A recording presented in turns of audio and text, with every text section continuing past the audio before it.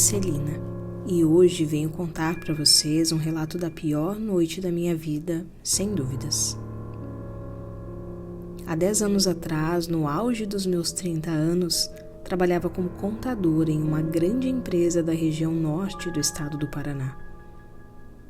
Após muitos anos dedicados à minha área, estava no auge da minha carreira. Naquela época, como trabalhava para uma empresa que tinha muitos escritórios pelo país, consegui transferência para a cidade onde o meu noivo Rodrigo morava.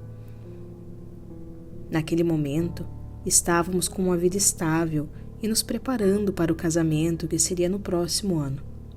Decidimos então que já nos mudaríamos para uma casa maior, antecipando nossos planos de morar juntos, mesmo que o casamento de fato ainda demorasse alguns meses.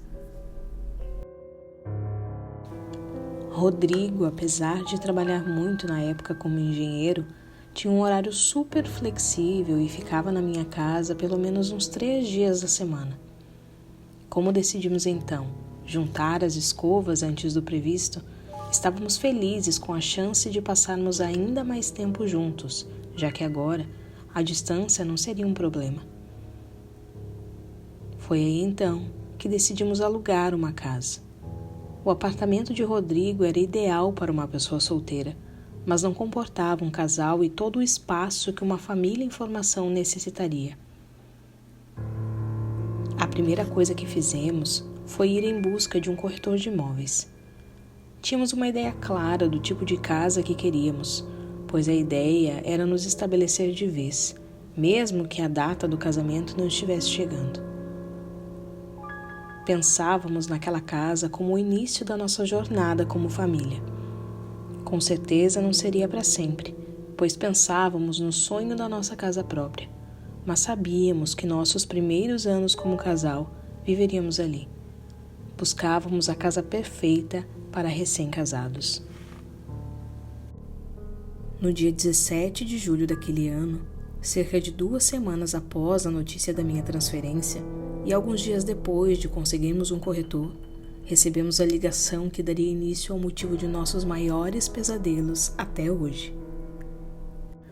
Marcelo, que era nosso corretor, através daquela ligação, nos informou que ele havia achado uma casa perfeita e que tinha todos os requisitos que havíamos estabelecido. Lembro-me bem de, naquele momento, ficar muito surpresa, porque dados os critérios que havíamos solicitado, como número de quartos, localização, etc., já estávamos nos preparando para a demora além do previsto. Confesso que estávamos bem exigentes e encontrar uma casa como aquela não seria uma tarefa tão simples e rápida. Ficamos muito felizes com a notícia. Isso significava que poderíamos antecipar nossa mudança e disponibilizar um tempo maior para organizar todas as coisas e nos estabelecer. Como eu tinha férias vencidas, organizamos na empresa esse período de transferência para que eu pudesse cumprir as minhas férias no mesmo período. Dessa forma, não prejudicaria meu trabalho e conseguiríamos fazer a mudança com mais tranquilidade. Marcelo organizou uma visita no dia seguinte à ligação. Combinou de nos esperar no endereço da casa para nos conduzir na primeira visita ao imóvel. Quando chegamos lá, o meu coração disparou de tanta alegria. A casa era como sonhávamos.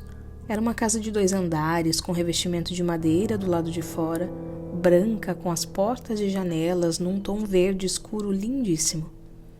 O gramado que enfeitava a frente do imóvel parecia recém-colocado. Era de um verde brilhante e minuciosamente aparado. Na entrada havia um alpendre, uma varanda coberta que ia de um lado ao outro da casa. Essa parte somou pontos extras às solicitações, pois não havíamos pensado neste detalhe. Assim que entramos, a sala ficava à esquerda e a cozinha à direita, separada por um hall de entrada que abrigava as escadas que davam acesso ao andar de cima.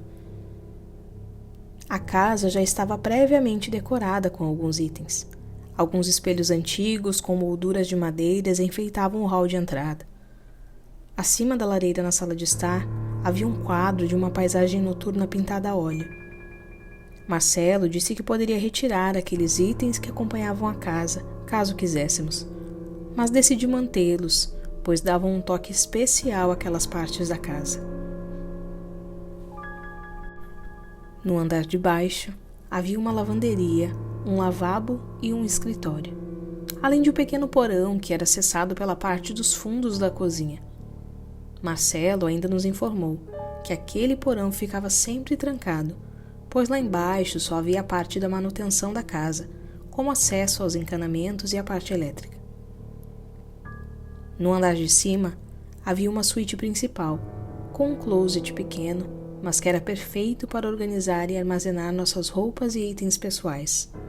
Ainda, a casa tinha 3 quartos adicionais, mais 2 banheiros e um escritório extra no segundo andar. Aquela casa realmente era uma casa ideal. A casa toda tinha paredes brancas e piso de madeira, com as portas do mesmo tom. Aquilo dava um ar tão aconchegante para a casa. Com toda certeza, naquela casa poderíamos iniciar uma família e, quem sabe, logo pensar em filhos. Ainda contava com um pequeno jardim lateral que podíamos ver da janela do nosso quarto. Ali havia uma árvore imensa que trazia um clima gostoso para a parte externa da casa. Após realizar aquele tour, não restavam mais dúvidas. Ficamos com a casa. Assim que decidimos, o que não foi nem um pouco difícil, avisamos Marcelo, que quase que imediatamente nos encaminhou a papelada para assinar. Cerca de 5 dias depois, logo após o sol nascer, já estávamos chegando à casa nova com toda a mudança. Como chegamos muito cedo, conseguimos organizar a maioria das coisas durante o mesmo dia. Algumas caixas com itens menores seriam desfeitas conforme a semana passasse ou conforme precisássemos. Tudo estava correndo perfeitamente. Decidi que, apesar da loucura do dia, cozinharia o jantar mesmo assim. Cerca de umas 18 horas fui para a cozinha organizar algumas coisas e já começar a preparar o jantar, enquanto o Rodrigo organizava algumas caixas de livros no escritório no primeiro andar. Neste momento, começo a ouvir barulhos vindo do porão. Lembro-me que Marcelo havia dito que ali só havia acesso ao encanamento e à rede elétrica da casa, nada mais. Nem havíamos destrancado a porta, pois só entraríamos lá no dia seguinte. Achei que estava imaginando coisas, pois logo aquele barulho cessou. Continuei meus afazeres quando, num susto, vejo o Rodrigo parado na porta da cozinha, com os olhos arregalados e pálido. Perguntei o que havia acontecido e ele logo me respondeu que alguém havia tocado suas costas enquanto ele organizava o escritório.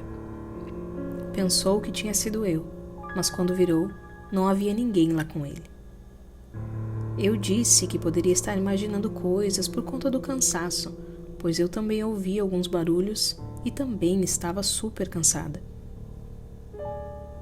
Decidimos então que pararíamos de organizar o restante das coisas, eu terminaria o jantar para que comêssemos mais cedo e logo iríamos para a cama, pois no outro dia teríamos muitas coisas para colocar no lugar.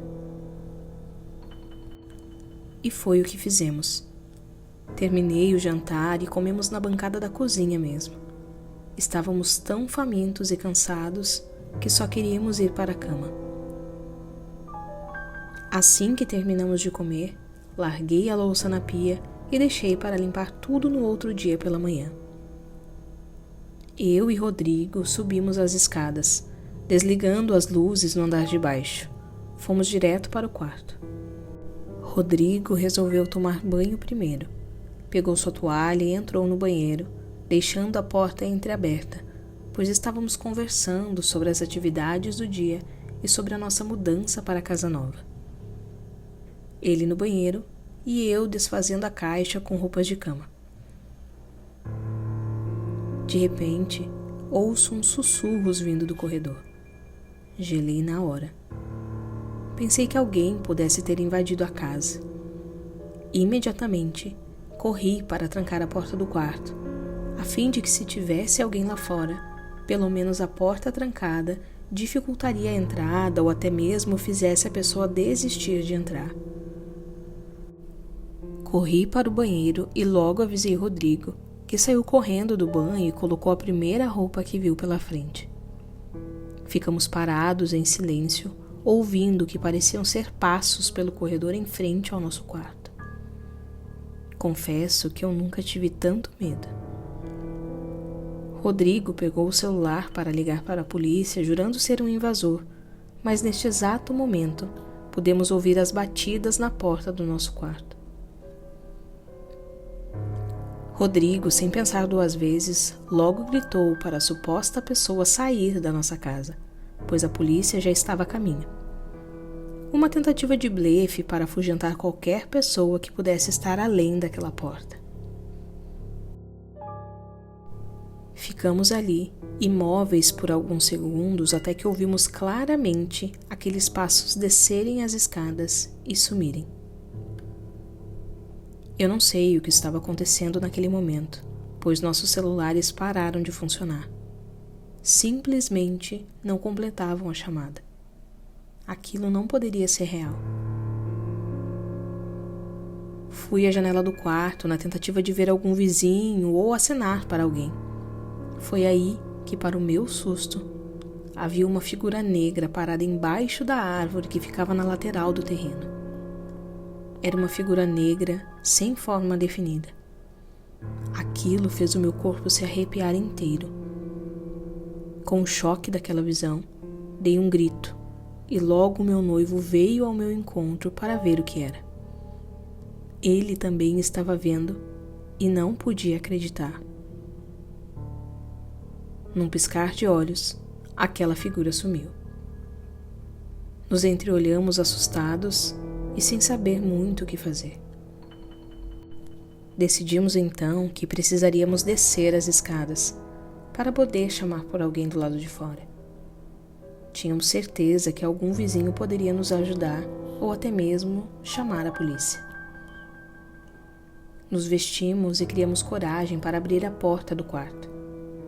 Rodrigo pegou um pedaço de madeira que servia como tranca para uma das janelas, para caso precisasse se defender de um possível invasor. Abrimos a porta e Rodrigo saiu na frente.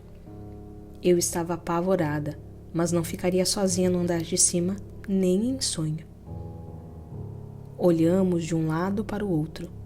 Não havia nada, nem ninguém. Apenas silêncio. Chegamos na escada e começamos a descer lentamente.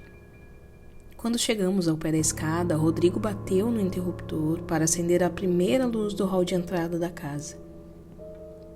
A casa, naquele momento, tinha um ar sombrio e assustador. Não havia ninguém, apenas um silêncio macabro.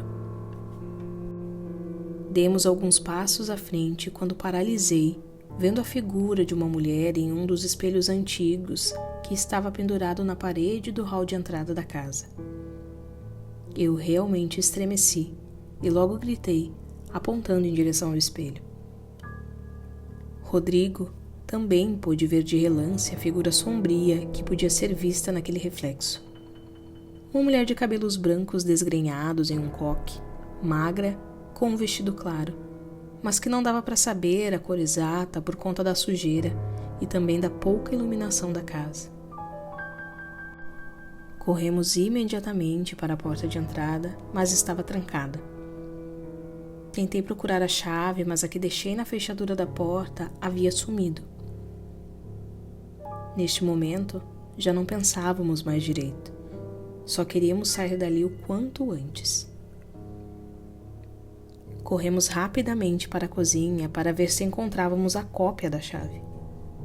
Foi aí que ouvimos a porta do porão, que era acessado pela cozinha, abrir lentamente. Demos um pulo e nos viramos para olhar. A porta estava escancarada, mas não havia como, pois aquele cômodo estava trancado até então. De repente, Uma sombra negra começa a surgir subindo as escadas do porão em direção à cozinha. Rodrigo, que já havia encontrado a chave para abrir a porta da frente, num pulo, me pegou pelo braço e me arrastou para fora dali. Fomos parar na rua e, para nossa surpresa, havia uma senhora nos esperando aflita na rua em frente à nossa casa. Era uma senhora na faixa dos seus 60 anos, de cabelo grisalho curto, com um vestido azul escuro. Logo que saímos pela porta da frente, entre gritos e respiração ofegante, ela nos chamou e nos fez entrar na casa dela. Lá, ela nos contou a história daquela casa, e quando viu que nós estávamos nos mudando para a casa vizinha, ficou aflita e preocupada. Disse também que ficou o dia todo com a atenção voltada para a nossa casa, que ficava alguns metros à frente da dela.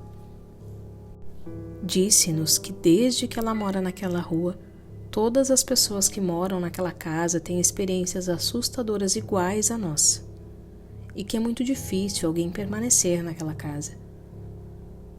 Disse também que os moradores relatavam que havia uma figura negra que andava pela casa à noite e podia ser visto no quintal abaixo da árvore. Também havia uma mulher que podiam ver pelos espelhos do hall de entrada. Eventualmente, também era possível sentir o toque daquela mulher. Logo lembramos do evento que aconteceu com Rodrigo no escritório. Depois de toda a história contada, ligamos para o corretor naquela noite mesmo e desfizemos o nosso contrato. Assim que o dia amanheceu, pegamos algumas coisas na casa e fomos para o antigo apartamento de Rodrigo. Contratamos uma equipe para retirar nossas coisas de lá, pois não pisaríamos mais naquela casa terrivelmente assombrada. Hoje, muitos anos após essa terrível experiência, ainda ficamos arrepiados só de lembrar de tudo que vivemos naquela casa. Com toda certeza, foi a pior noite de nossas vidas.